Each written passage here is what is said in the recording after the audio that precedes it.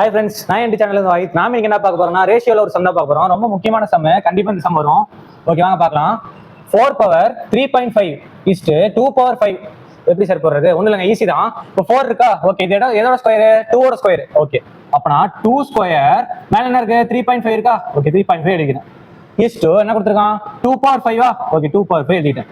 Okay, ஏன் sir இப்படி மாத்திக்கிட்டீங்க அப்படின்னு நான் கேட்டா, ரெண்டுமே பாருங்க 2 ஈக்குவல் ஆயிடுச்சா, அதனால நான் 2 ஸ்கொயர்னு மாத்திட்டேன். ஓகே, இப்போ பாருங்க, இப்போ வாங்க போடலாம். 2 பவர் ஓகே 2 × 3.5 எவ்வளோப்பா? 2 × 3.5 எவ்வளோ? 7.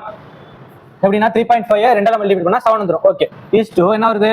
2 பவர் 5 ஓகே, இப்படி இருந்தா என்ன அர்த்தம் பாத்தீங்கன்னா 2 பவர் 7 டிவைடட் பை 2 பவர் 5 அர்த்தம்.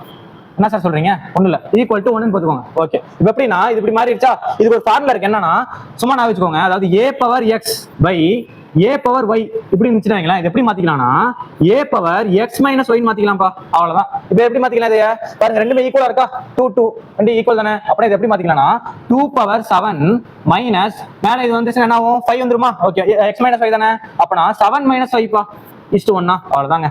ஓகே, 7 5 போச்சுன்னா எவ்வளோ? 2. அப்பனா 2 பவர் 2 இஸ்டு 1.